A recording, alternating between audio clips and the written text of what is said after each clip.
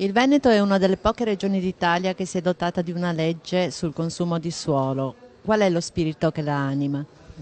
Ma lo spirito è la passione e l'amore per questo territorio, la volontà che non si distrugga quello che abbiamo, che è un grande valore da un punto di vista di promozione turistica, di paesaggio e culturale. E direi che qui molti hanno dimostrato di avere questa sensibilità, non ultimi i commercianti, come li definisco io, che hanno dimostrato appunto di capire che il futuro non è quello di riempire il Veneto di centri commerciali, ma è quello di valorizzare quello che abbiamo. E non è solo un fatto sociale perché porti il negozio vicino a casa, ma anche un fatto di risparmio del territorio, un territorio stupendo che oggi dà al Veneto un primato, essere la prima regione d'Italia per turismo, 70 milioni di presenze e un fatturato di oltre 15 miliardi di euro.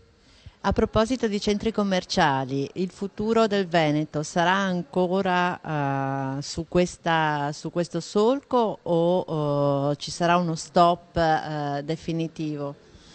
Guardi, lo chiedo a una persona che è convinta che i centri commerciali debbano essere chiusi la domenica, faccia un po' lei. Penso che quello che dovevamo dare abbiamo già dato come comunità. Oggi penso che la vera valorizzazione sia quella del negozio di vicinato, dei centri cittadini, dei centri urbani, delle riqualificazioni, della valorizzazione di quello che abbiamo.